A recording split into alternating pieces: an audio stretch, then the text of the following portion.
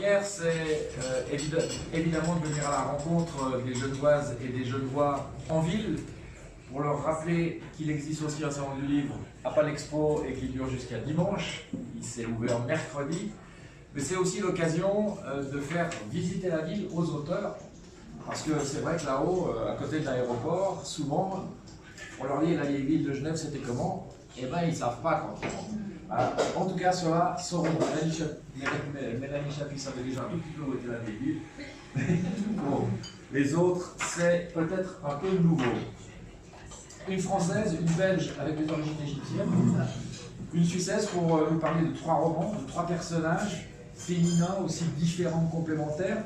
Je vais commencer avec vous, Sarah Chiche, je ne vous serais pas étonné, j'ai pris exactement la même présentation qu'hier, donc la présentation sera la même.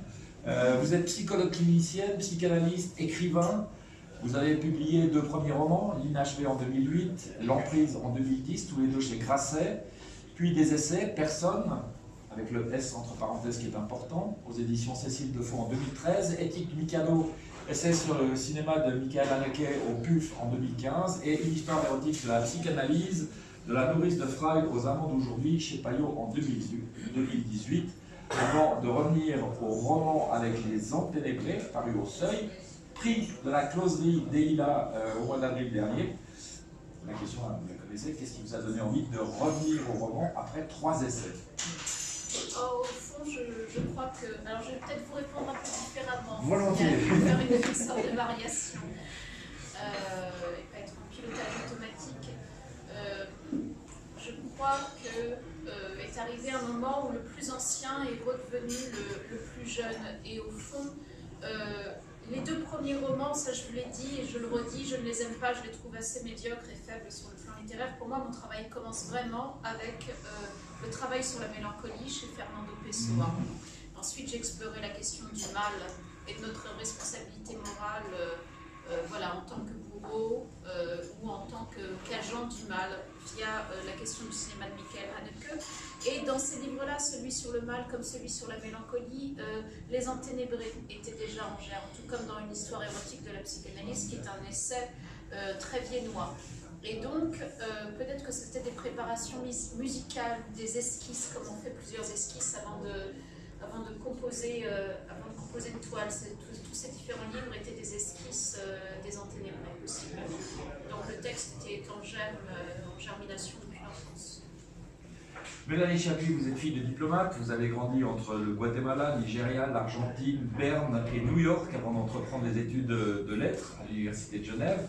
Après un DEA à l'Institut européen, vous écrivez des articles dans différents journaux, vous avez été journaliste à la radio suisse romande, chroniqueuse au journal Le Temps, vous êtes l'auteur de romans et de recueils de chroniques. Votre dernier roman en date, La Pitié, vous raconte l'histoire d'une femme au pouvoir particulier. Dites-nous ce qu'est ce pouvoir. Alors, il y a un pouvoir de divination, elle voit la mort de ses amants au moment d'avoir un orgasme. Donc, la première fois que ça lui arrive, elle rentre en transe. Et ça, c'est pour l'aspect véridique, en fait, de la chose. Donc, c'est un livre où j'ai travaillé sur les trans pour faire ce roman. Il y a plusieurs façons d'entrer en transe. Ça peut être en prenant de l'ayahuasca, cette liane colombienne, enfin amazonienne. Ou ça peut être en écoutant des tambours, en jouant du tambour, en ayant des sons très répétitifs, ça peut être en prenant des drogues, et ça peut être, pour les plus chanceuses d'entre nous, en ayant un orgasme assez puissant. Et donc voilà, donc elle entre en transe, et dans cette transe, elle voit la mort de l'homme qu'elle aime, qui est en train de lui faire l'amour. Ça c'est pour l'aspect un peu fantastique, mais c'est traité de façon très réaliste. Et donc c'est une jeune femme qui va devoir comprendre d'où vient ce pouvoir malédiction. Au début, elle ne va pas y croire, après, elle va chercher à confirmer ses visions, après, elle va se dire qu'elle les a pour sauver les hommes dont elle voit la mort, et puis petit à petit, donc c'est une quête identitaire, elle va comprendre déjà que c'est des choses sur elle qu'elle doit apprendre, et c'est aussi une quête identitaire puisque c'est une femme qui a été coupée de ses racines, et j'avais aussi beaucoup envie de parler de l'exil et de cette part de ces multi-identité qu'elle peut avoir et qu'on lui a caché. Et pourquoi on la lui a caché. Donc c'est un livre avec pas mal de suspense, je crois. Oui, oui. Et qui voulait parler du plaisir féminin, de voilà, comment ça se passe, puisqu'on est éduqué à beaucoup de choses en tant que jeune femme, à pas tomber enceinte, à pas attraper de maladies sexuellement transmissibles, mais pas nécessairement au plaisir. C'est en train de changer. C'est en train de changer, tout à C'est une fait. bonne chose. Grâce à la pitié, en fait. Un mot peut-être sur la notion d'exil dont tu viens de parler. C'est une notion qui apparaît dans beaucoup de tes romans. Oui. Même chez les personnages les plus éloignés de moi, effectivement, pourtant moi je suis suisse à 200%, mais j'ai passé ma vie, enfin mon enfance, et il paraît que tout vient de là, à voyager, à prendre certains pays comme l'Argentine que j'ai adoré pour le mien, jusqu'à ce qu'on me dise qu'il était temps de partir. Et c'est vrai qu'on ne se rend pas compte à quel point ça marche, et tout le monde nous envie cette vie, et c'est vrai que c'était très enrichissant, mais c'est aussi des douleurs et assez... ça forge des personnalités assez étranges, on a tout le temps besoin de se fondre dans la masse. Je pense que mon besoin d'écrire vient aussi de là, le métier de journaliste aussi, d'aller à la rencontre des autres le plus vite possible pour s'intégrer. Parfois on fait aussi pas mal d'erreurs, on ne prend pas le temps de savoir qui on est et vers qui on veut aller, on va vers qui veut bien de nous. Et voilà, donc c'est vrai que c'est des thématiques que j'explore, que j'ai explorées sans vraiment m'en rendre compte en fait. C'est terrible de parler avec une psychanalyste à côté de soi. Oui. Je sens que c'est comme ça un peu. Mais Adèle, elle, contrairement à moi, a vraiment des origines autres que suisses. Et voilà, elle va renouer avec ses origines petit à petit. Véronica Mabardi, vous êtes comédienne de formation, vous commencez à écrire pour le théâtre d'ailleurs. Vous vous consacrez aujourd'hui principalement à l'écriture et à la création radiophonique. Vous collaborez avec différents artistes sur des projets en dialogue avec les arts plastiques, la photo, la danse, la musique. Votre récit pour ne plus jamais perdre, paru en 2011 aux éditions Esperluette avec les dessins d'Alexandra Dupré, a reçu le prix Jean Follin de la ville de Saint-Lô. Et en 2016, vous recevez le prix triennal de littérature de la ville de Tournai pour votre roman Les Serres. Du coup, Les Serres a été réédité. Et c'est de ce roman dont on va parler aujourd'hui. Les Serres nous racontent l'histoire de Blanche. Et Blanche ne parle pas. Pourquoi ne parle-t-elle pas? Alors, c'est étrange parce que j'ai pas du tout écrit ce roman sur fond. Donc, je ne suis pas du tout. Je ne joue pas avec les personnages du tout. Oui. C'est passé un moment en écriture où j'ai vraiment basculé dans l'écoute du personnage où je me suis laissé faire pareil. C'est elle qui a commandé, quoi. C'est un peu elle qui a commandé. Et à un moment, je travaille depuis longtemps sur ce personnage et la triade entre ce petit personnage, une femme qui parle trop et un homme qui ne parle pas. Et c'est avec cette phrase « Blanche ne parle pas » que ça a démarré. Et donc, j'ai suivi le personnage dans son regard et dans ce qui se passe quand on ne parle pas. Ce qui n'est pas une absence de pensée, non, au contraire. Et qui ouvre son acuité au monde en fait. Et Blanche ne parle pas, mais elle voit tout. Et ça m'intéressait de savoir ce qu'elle voit chez les autres, chez les êtres. Elle est petite, elle a pas 6 ans quand ça arrive, ce mutisme.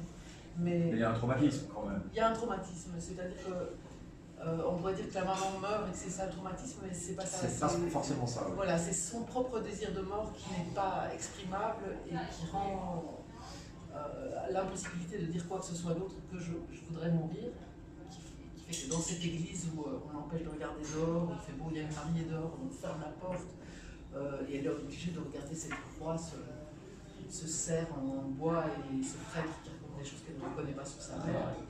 Et à un moment, ça se tait en nous. Au moment où j'ai compris que ça se taisait en elle, il y a quelque chose qui s'est passé en moi. Qui fait que ça devait être du théâtre, ça n'a pas été du théâtre, ça a été du roman. Maintenant, ça pourrait presque être adapté au théâtre. Maintenant que c'est fait. Oui, oui. Maintenant, je peux le relire, le regarder en surplomb et comprendre ce qui s'est passé. Mais sur le moment, c'était à l'intérieur, c'était tellement à l'intérieur que je pensais même que ça n'allait pas devenir un livre. Sarah Chiche, Sarah, le personnage central de votre roman, on pourrait presque dire qu'elle ne parle pas finalement.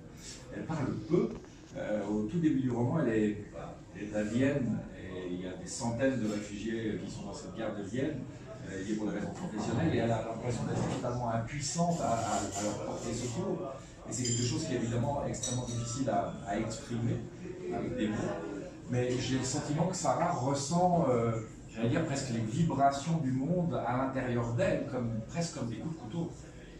Oui, je voulais raconter dans Les Enténébrés le parallèle qu'il peut y avoir entre écologie terrestre et écologie psychique, c'est-à-dire de même que parfois, on le voit avec le réchauffement climatique, là le permafrost est en train de disparaître, c'est le dégel généralisé qui va avoir des conséquences catastrophiques sur notre monde, et bien nous aussi nous pouvons nous consumer parfois d'amour, de peur, de terreur, nous embraser de courage ou au contraire nous geler tellement qu'on en devient anesthésié émotionnellement. Alors ça nous arrive parfois quand on assiste à certains événements, par exemple voilà, après un attentat, ou quand on voit des images d'exode massif de population. Je pense à ce qui s'est passé et ce qui est raconté dans le roman, le moment où à l'automne 2015, l'Autriche et l'Allemagne ont ouvert leurs frontières et que des flots de réfugiés, des dizaines et des dizaines de milliers de personnes ont débarqué comme ça, hagards, somnambuliques, en gare de Vienne, rappelant des flots de population qui, à la fin de la Seconde Guerre mondiale, avaient marché comme ça, comme des cadavres. Je voulais faire entendre comment, face à ces secousses émotionnelles, eh bien parfois il n'y a plus de mots, la vie est trop grande pour nous. Et qu'est-ce que c'est le traumatisme? Au fond, c'est ça, c'est l'effraction du réel. C'est trop grand, c'est trop vaste, c'est trop soudain. On pense plus. Peut-être que certaines d'entre vous connaissent ces expériences où tout à coup on se sent comme déconnecté de son corps et ce n'est que des mois ou des années plus tard qu'on pourra éventuellement mettre en mots ce qui s'est passé. Mais dans l'immédiat de ce que l'on vit, c'est si intense. Il y a certaines joies aussi, paradoxalement, qui sont si belles, qui sont si fortes, qu'il n'y a pas de mots. Et que ce n'est que dans l'après-coup qu'on pourra en trouver, les tracés par l'écriture. C'est exactement ce qui se passe avec le réchauffement climatique. Je crois que ce que les gens n'ont pas encore compris, c'est que même si on prend toutes les mesures pour stopper le réchauffement climatique aujourd'hui, les conséquences négatives vont durer encore 20 ans. Et c'est un peu ce qui se passe dans votre roman aussi, finalement. Hein. Il y a un certain nombre d'événements ou d'éléments qui vont avoir des conséquences encore très longtemps après, même si on a fait le deuil ou entamé une sorte de résilience. C'est ça, c'est ce qui se passe notamment avec Pierre, un des personnages des Enténébrés, qui est déporté comme triangle rouge, c'est-à-dire comme prisonnier politique pendant la Seconde Guerre mondiale. Quand il revient de déportation dans un état de cadavérisation avancée, il rencontre une femme, Lynn, avec qui il va tenter de construire une vie, mais cette femme est elle-même prise dans les raies d'une folie familiale telle que voilà, leur couple va imploser, ils vont tout de même avoir une fille ensemble, Ève, et voilà, qui, elle, va porter trace dans son corps, dont la très grande beauté, vécue comme une malédiction, tout autant comme une grâce, est le stigmate. Et elle-même va avoir une fille, Sarah, laquelle va avoir une fille, et voilà, et les choses vont se répéter de génération en génération. Mais c'était important pour moi de le raconter de façon non chronologique, c'est-à-dire de ne pas commencer par le plus ancien. D'abord les faits. Notre monde, aujourd'hui, alors ça pourrait ressembler à une... Ça commence comme une dévastation climatique généralisée, d'exil, d'exode. Les deux premières pages sont terribles. On ressent une espèce de sidération. Mais c'est ce que nous vivons. C'est pas de la science-fiction, on est dedans. Et là-dedans, qu'est-ce qui se passe quand tout à coup vous êtes foudroyé par l'amour? Vous ne voyez pas? Par l'amour. C'est-à-dire vous vous y attendez pas, vous vivez une vie plutôt pleine et entière, plutôt de la chance, et puis tout à coup, au sortir d'une nuit sans sommeil, vous rencontrez dans un musée, comme ça, quelqu'un que dans l'instant vous reconnaissez comme celui que vous attendiez depuis toujours. Et le premier réflexe, c'est de se dire il faut que je me jette par la fenêtre, tellement je sais que ça va être terrible. Alors ça, je voulais travailler ce motif de la culpabilité, c'est-à-dire quand vous sentez que vous rencontrez un amour vaste comme le ciel, absolument immense, et que si vous y succombez, ça va être terrible.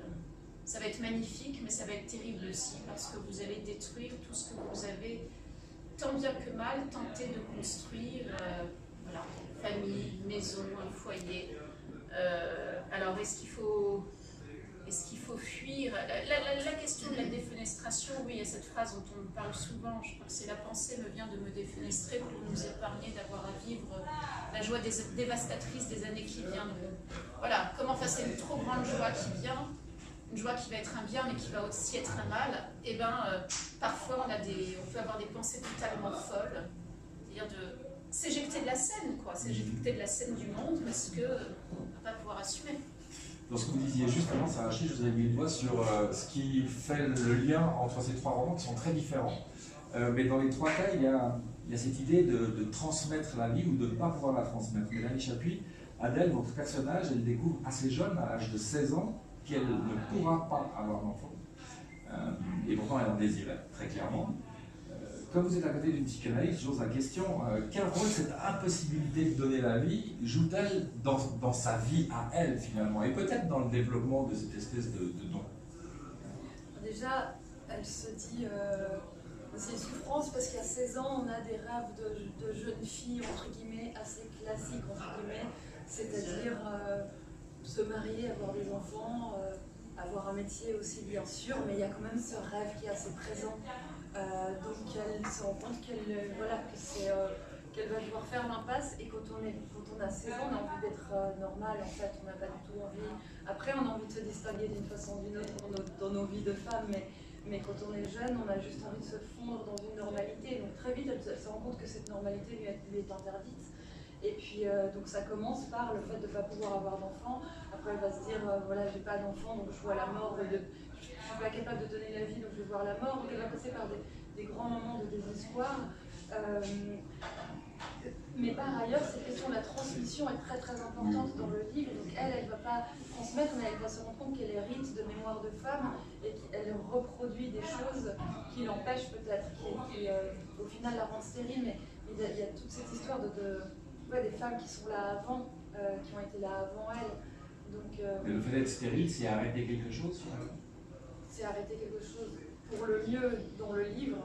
Voilà. On retombe sur la question de la malédiction dont on traitait hier, hein, Sarah Chiche, finalement. Qu'est-ce qui peut arriver pour que la malédiction familiale, l'hérédité, cette transmission très violente, hein, d'une certaine manière, s'arrête? On a l'impression que ça ne s'arrête jamais.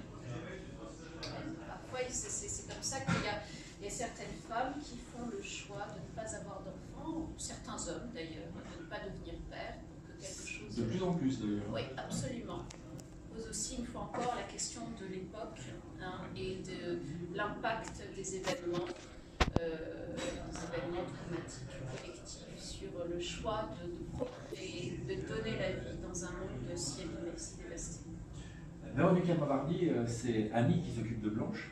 Annie a un amoureux qui s'appelle... Mon amour, dit Blanche. Oui, il s'appelle Yann. Voilà. Et comme vous êtes à côté d'une psychanalyste, je me suis dit, Annie, enfin Yann, si on l'écrit à l'envers, ça donne? Ah, pas mal. Ah oui, ça donne donne. Annie. Mais on peut faire Annie. Ça donne Annie. Oui, tout à fait. Vous devriez vous installer. Oui, oui. Je reçois le mercredi vers 17h. Précisément, lui, il n'a pas tellement envie d'avoir un enfant. Ça lui fait très peur. Ça lui fait très peur. En fait, c'est comme si l'enfant était pour lui, mais comme pour Annie aussi, qui est un peu sa face lumière. C'est qu'ils prennent tous les deux l'enfant comme le symbole de l'engagement. Comme si avoir cet enfant, c'était devenir autre chose que ce qu'ils sont. Et Annie a un grand désir de devenir autre chose que ce qu'elle est. Et dans les yeux de Blanche a l'impression qu'Annie cherche à enfermer Yann, ce qui est quelque part pas faux, et que l'enfant est ce moyen-là. Et dans les yeux de Yann, l'enfant, c'est ce qui l'a mené à la trahison dans une relation précédente.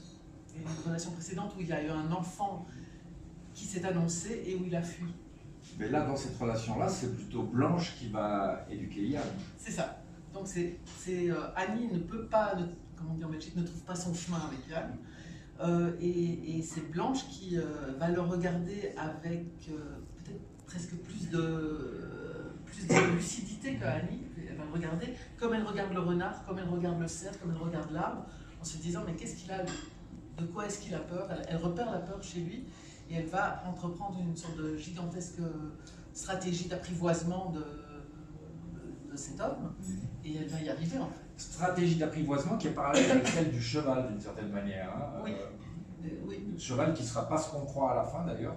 Non, c'est ça. C'est-à-dire que Annie, il est beaucoup question de désir en fait. Oui, oui, oui, et beaucoup. donc, Annie perd graduellement son... Blanche assiste à la fuite de Yann. La demande d'enfant devient tellement forte que il s'en va. Et à l'emprise de la mélancolie sur Annie. Et voilà, et Annie s'enferme, ne sort plus et ne s'occupe plus de Blanche. Et donc Blanche sort seule dans la forêt, sort seule sur les routes et fait son éducation toute seule. Et dans cette éducation, elle rencontre le cheval qui est dans l'enclos. Tout le monde est dans... Oui. Elle voit tout le monde dans les enclos.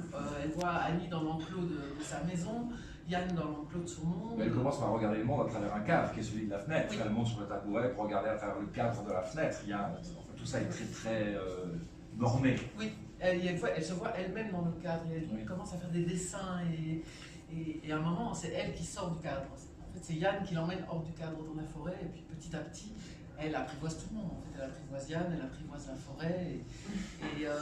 Et puis, ce qui m'étonne, c'est qu'on me parle souvent d'elle comme d'une petite fille perdue. Mais je la trouve puissante. Mais c'est la plus mûre des trois. Oui, je la trouve vraiment d'une lucidité implacable et elle a vraiment traversé ce moment de la mort qui lui donne cette puissance-là.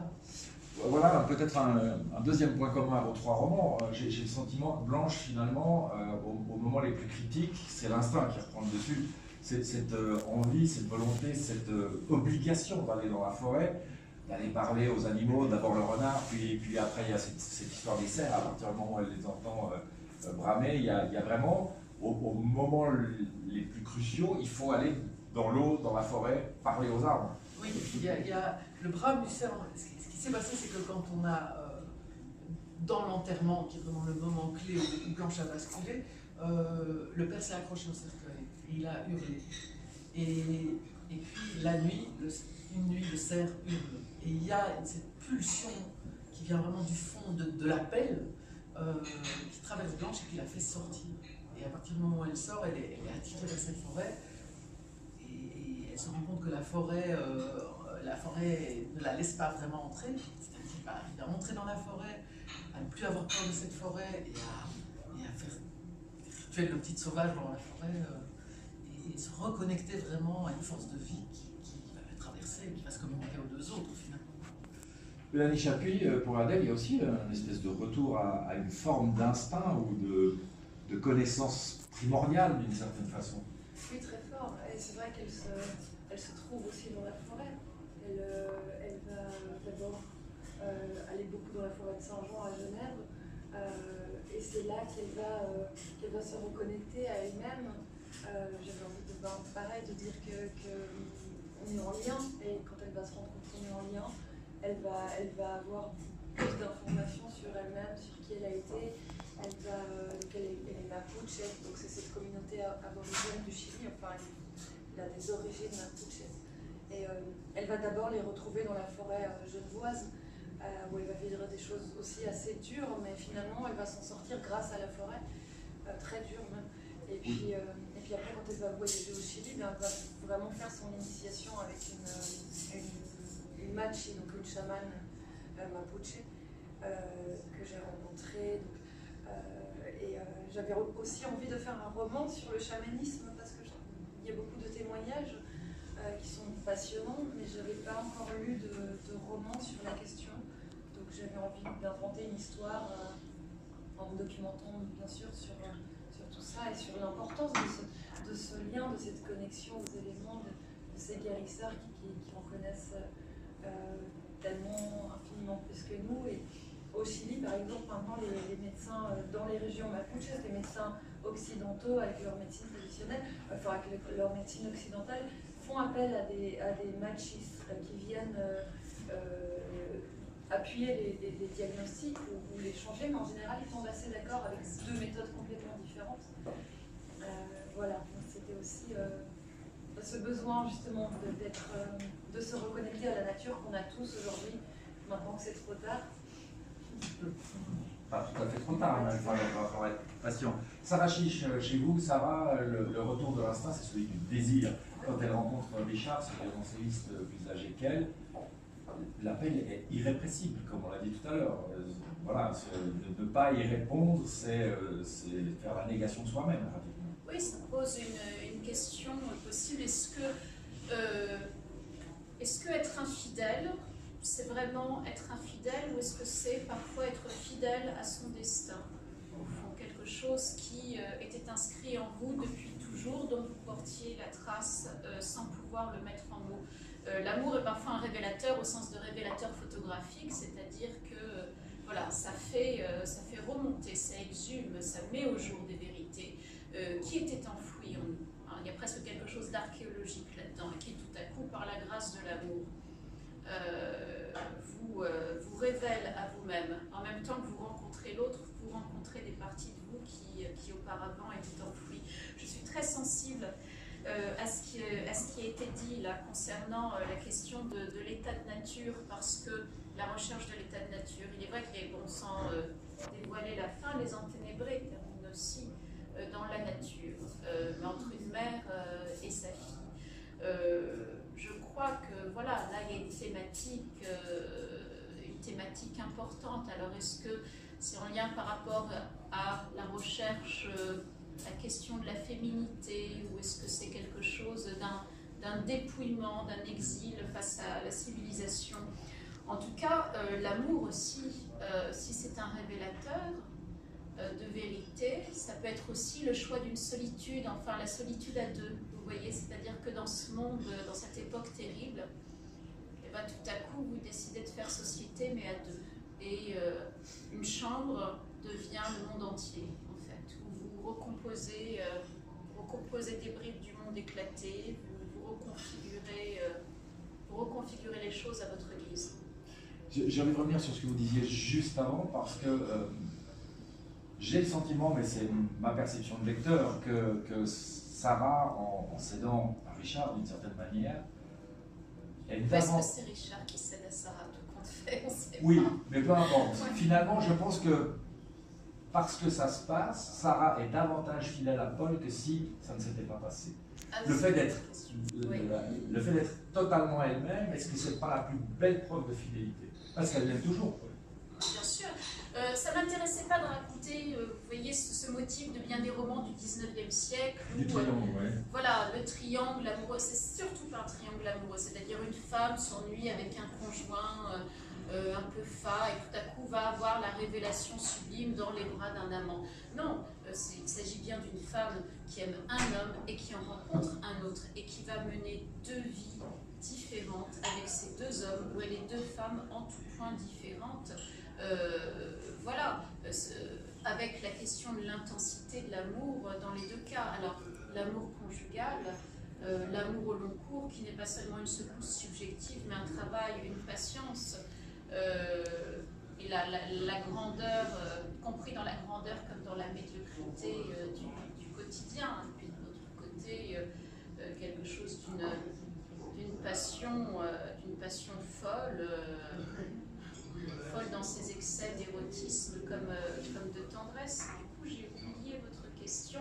Oui, oui. Alors, effectivement, dans la première partie du roman, on découvre Sarah qui succombe à Richard et Richard qui succombe à Sarah. Et ce n'est que dans la 4e partie, des centaines de pages plus tard, qu'on apprend que des années plus tôt, Paul s'est comporté d'une façon telle que Sarah a découvert des choses sur lui. Elle a des doutes.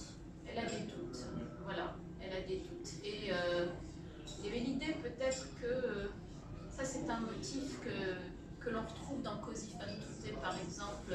Pourquoi est-ce qu'à la racine d'une tromperie, il y a souvent une humiliation qui parfois a eu lieu des années plus tôt, hein, et voilà, qui n'a pas été vue. Juste avant qu'on commence cette rencontre, au débeauté, on a voté tous les quatre et on s'est dit pourquoi on n'irait pas un extrait de vos 3 romans. Donc on va s'offrir un moment de lecture. Pourquoi pas? Tu peux commencer. Mélanie, tu veux bien? D'accord.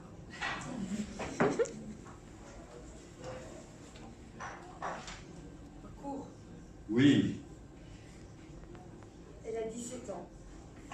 Ses seins sont devenus ces pommes qu'elle aime laisser deviner pour le trouble que cela suscite chez les hommes, autant que pour le bonheur de sentir le tissu de ses t-shirts en effleurer les pointes. Elle rêve son élu remarque la puissance de sa chevelure, la malice de son sourire, le galbe de ses fesses. Alors que nombreuses de ses camarades célèbrent la minceur extrême, l'adolescente admire ses rondeurs nouvelles. Merci. Elle est devenue... Ça marche pas. Ça marche pas. Oh, c'était pour rien, désolé. Elle est devenue plus brune, plus lascive, se trouve un air d'actrice de telenovela. Les courbes de son corps, en évoquant ses origines chiliennes, la rendent étrangère à elle-même. Nue et couchée sur le flanc, elle parcourt de la main ses dunes et vallées, frontières de chair d'un pays fantasmé, un ailleurs de volupté où elle règne. Chile, prononce-t-elle à voix haute, dans cet espagnol que sa mère ne lui a pas transmis. Chile, répète-t-elle, et ce pays méconnu se part des charmes d'un homme à aimer. Il est son amour, sa destination, c'est pénétrer de ses origines qu'elle deviendra femme. Merci beaucoup. On va changer d'univers, si vous voulez bien, Sarachi. Je vous connais. Vous venez de toujours, nous ne devons pas nous revoir jamais. J'ai couturé mon cœur, j'ai demandé chaque matin et chaque soir en prière que l'oubli de vous vienne. Je me suis enfouie dans les bras de l'homme que j'aime, à qui j'ai voué ma vie, attendant de lui un geste, une parole qui me guérirait de vous. J'ai travaillé à mieux m'occuper de mon enfant, j'ai accepté toutes les propositions d'articles ou de conférences qu'on me faisait, même que quand je n'en avais plus le temps. Les jours, les semaines, les mois ont passé. Je ne suis pas parvenue à vous chasser de mon esprit. Ni l'amour pour mon compagnon, ni l'amour pour mon enfant, ni le travail, ni le sommeil ne m'ont délivré de vous. Chaque fois que je crois vous fuir, je vous trouve épouvanté au centre de mon cœur. Vous me manquez jusqu'à la dévastation, au point que j'en perds la parole, j'en deviens insaisissable, à moi-même et aux autres. La journée, je vois votre visage flotter devant moi et vos lèvres me sourire. La nuit, quand tout le monde dort, je vais me cacher dans la cuisine pour pleurer et entrer dans votre absence jusqu'à me pénétrer de vous. Après notre rencontre à Vienne, j'ai déchiré votre carte de visite. J'ai prétexté un reportage pour ensuite vous contacter. Vous aimez, c'est commencer à mentir, et pourtant je hais le mensonge, je le hais. Vous n'avez pas idée à quel point j'ai construit toute ma vie contre ça. Devant tous, j'étouffe donc la joie que votre existence me cause, comme le dégoût de n'avoir pas le cœur aussi noble que je l'aurais souhaité. Mais la joie l'emportant sur le désespoir et ne voulant renoncer à rien, j'accepte de tout endurer en silence. Mes amis comme ma famille ignorent tout ce qui m'agite en secret. Je n'ai pas de goût pour les confidences que l'on fait un tiers pour s'enorgueillir avec des trémolos dans la voix de ces bouleversements hormonaux. L'amour, dès qu'il cherche à se raconter, devient une farce dite par un aveugle à un sourd. Le couinement obscène d'animaux humains qui n'ont pas même la simplicité des bêtes pour se renifler le derrière sans en faire toute une histoire quand ils sont contents de se rencontrer. Je tourne le dos à ce monde en lambeaux et trouve refuge dans l'amour de vous. Il n'y aura pas d'autre email, je me tais, je vous laisse. Tout en passera encore et un matin je me lèverai et croyez-moi, je vous aurai oublié déjà, je vous aime moins, déjà je ne vous aime plus comme je vous aimais au musée, je suis en train de vous oublier, regardez comme je vous oublie. Je mange, je dors, je travaille et j'aime comme avant vous. Sauf que vous êtes toujours à mes côtés, sauf que rien n'est comme avant, sauf que je vis ailleurs avec votre souffle dans ma bouche. Nous sommes assis face à face dans la cafétéria du musée d'art ancien, inerte et cependant émerveillés de s'être enfin trouvés. Vous n'avez jamais bien su ce qu'était la vie, vous la cherchez en moi. Je vous regarde et je ne sais pas quoi faire de ce savoir immédiat que j'ai de vous et de ce qu'ont vu vos yeux. Hormis ceci peut-être. Le crime, ça n'est pas notre différence d'âge, ni la peine que nous pourrions causer à nos proches. Le crime, c'est d'être encore de ce monde sans pouvoir coucher avec vous. Bien. Excusez-moi, on a un petit peu de peine ici. Oui, derrière. oui, ben approchez-vous, parce qu'ils sont assez nombreux là-bas, donc approchez-vous, on va faire ça entre nous. Le problème, c'est que si on se passe le micro tout le temps, ça va faire... voilà, non mais approchez. Ah non, mais cette écriture coupe le souffle, quoi, c'est pas de la peine à parler. Oui. Alors, on est dans la cuisine avec Blanche et Annie et Et Annie parle. Il faut parler pour aller à l'école, écrire, parler, écrire tout droit, ça viendra. Tu as fait une année d'école, tu sais écrire, pourquoi tu veux pas? Tu veux juste dessiner, c'est ça? La pluie aussi écrit tout droit, à cause de l'eau plus lourde que l'air. Sur les carreaux, ça fait des lignes, ça avance, hésite. 3 petites gouttes et puis tombe. Point. Elle écrit la pluie sur le carreau, avec la peine. Blanche était forte à l'école, elle savait tout très vite. Les phrases allaient droit devant jusqu'au point final, une chose à la fois. Blanche ferme les yeux et ça vient. Les lignes, le cahier, maman dans la cuisine dans la maison, les tartines sur la table, maman fait une tartine pour Blanche, le choco, le couteau, le chat, le téléphone, les rires et les portes qui claquent, les trains qui passent, et le frère et les jeux vidéo, la télé, le boucan, brosser les dents, les poules et la figure de Blanche dans la glace au-dessus du lavabo quand maman la soulève. Qu'elle voit comme elle est belle, toute propre, allez au lit maintenant, et les trains. Après, maman n'avait plus la force de la soulever, c'est pas grave. Dans la maison d'Annie aussi, les miroirs sont trop hauts, c'est comme si Blanche n'était pas là. Viens Blanche, on va faire le pain. Le pain. Non, non, non, non, non, la peine. Annie dit, c'est rien, t'en fais pas, le pain je peux le faire seul, c'est comme tu veux. Elle enlève ses bagues, la grosse du pouce, la fine au doigt du milieu. Elle prend ses longs cheveux, fait un nœud sur sa nuque, respire, sourit. On y va, c'est parti, le pain. Elle met la farine sur la table et dans le bol, ça colle à ses doigts. Elle se frotte le nez, ça colle à son nez. Il y en a partout. Le pain avec la peine. Annie dit tout ce qu'elle fait. J'enlève les bagues, je fais un nœud à mes cheveux, sinon ça gratte et j'en ai partout. 10 jours déjà. C'est vraiment pas facile avec toi. Mais t'en fais pas. Facile à la fin, ça devient ennuyeux, tu trouves pas? La petite maison, le jardin, le chemin, la prairie, le cheval et les scieurs de bois. L'amoureux d'Annie a quitté la petite maison pour faire de la place à Blanche. C'est très bien comme ça. Quand il revient du bois, il est trop fatigué, il préfère rentrer au village en attendant de se décider, de savoir si... Et Annie sursaute. Pourquoi je te dis ça? Il n'y a pas assez d'eau, il faut plus d'eau. Et Annie est distraite, elle ne le voit pas. Pas sûre qu'elle réussisse son pain en s'y prenant à l'envers comme ça. Tu sais quoi, mon petit chat? Moi, j'aime ça que ce soit pas facile, et je suis sûre que tu es d'accord avec moi. La boule est dans le bol, la farine vole partout, colonnée, même sur les épaules il y en a, et sur le robinet de l'évier. Elle se fâche, Annie. Pas sur Blanche, sur le robinet. Elle crie qu'elle n'en peut plus de ce robinet, elle ne sait pas comment arrêter ce robinet, on ne peut pas tout savoir, toujours tout faire seul, tout le temps seul. Qu'est-ce qu'il croit et qu'elle va le réparer ce robinet en plus du reste? Et ne me regarde pas comme ça. Tout coule. Le robinet, la pluie sur le carreau, les larmes sur la figure d'Annie, tout coule en même temps. Blanche a un frisson qui l'occupe tout entière. Et Annie renifle un bon. On va pas pleurer pour un robinet, c'est quoi cette histoire maintenant? Le robinet coule, on va le réparer, c'est tout. La prochaine fois qu'il vient, il le réparera. T'es d'accord qu'il vienne, mon amoureux? Je vais faire une visite pas très longtemps, il est gentil. Il aime les enfants et je comprends pas pourquoi. Mais si tu veux pas, si c'est trop tôt, il t'attendra. Tout en même temps, la pluie, les larmes, le robinet et les reniflements. Annie regarde Blanche, elle s'excuse et hésite. D'un coup, elle la prend contre elle dans ses bras et Blanche est juste à la hauteur de son ventre, tout chaud derrière le tablier et les mains d'Annie sur sa tête qui caressent ses cheveux. Tous les bruits, ensemble. Un jour, Blanche prendra les bruits. Elle fera une phrase. Elle fera une phrase avec le monde entier dedans, comme le chemin entre les hautes herbes, le jardin, la prairie, la forêt, le ciel. Toute fine, pas droite du tout, qui n'arrête jamais, on ne pourra pas la retenir. Elle changera tout le temps, on sera dedans. On avancera avec elle en même temps, on oubliera où elle a commencé, on ne saura pas où elle finit, on sera avec elle à l'intérieur. Elle fera une phrase pour être en même temps jusqu'au ciel. On peut les applaudir toutes les trois.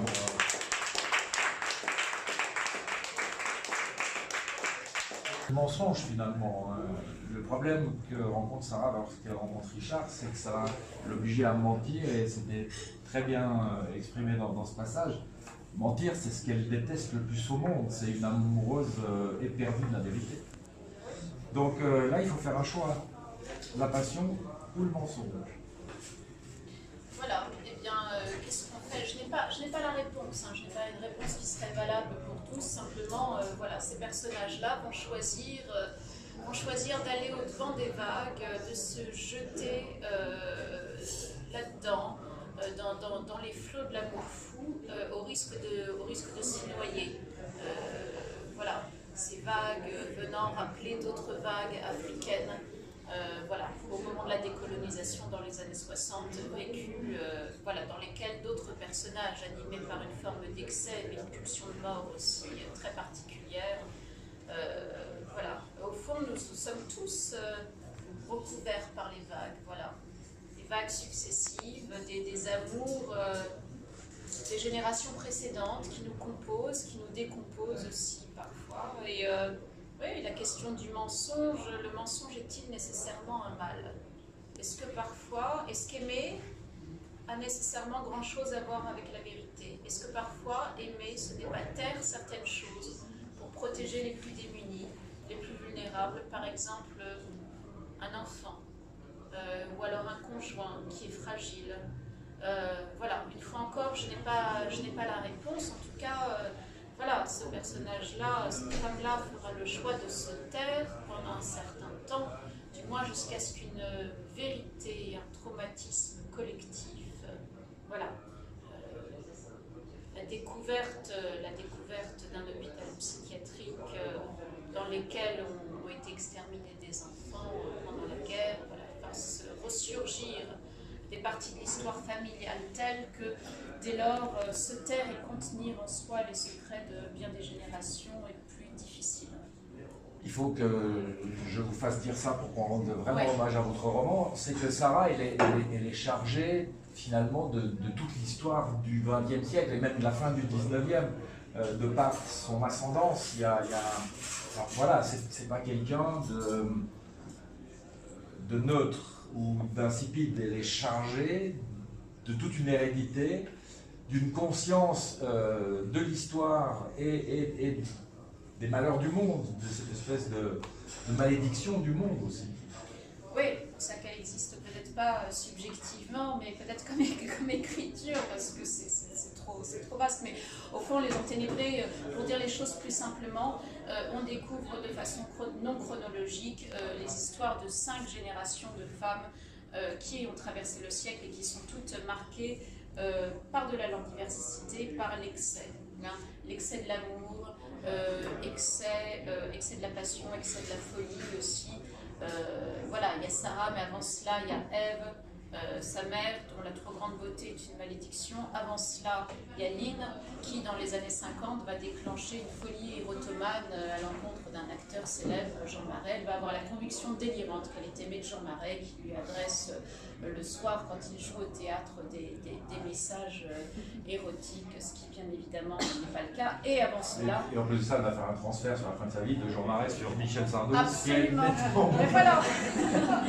Et voilà, c'est-à-dire, au fond, c'est vrai, oui, on peut plaisanter là-dessus, mais le délire, c'est ça aussi. Souvent, les malades délirent avec l'époque. Vous voyez, l'homme qui se prend pour Napoléon, il se prend pour Napoléon à l'époque de Napoléon.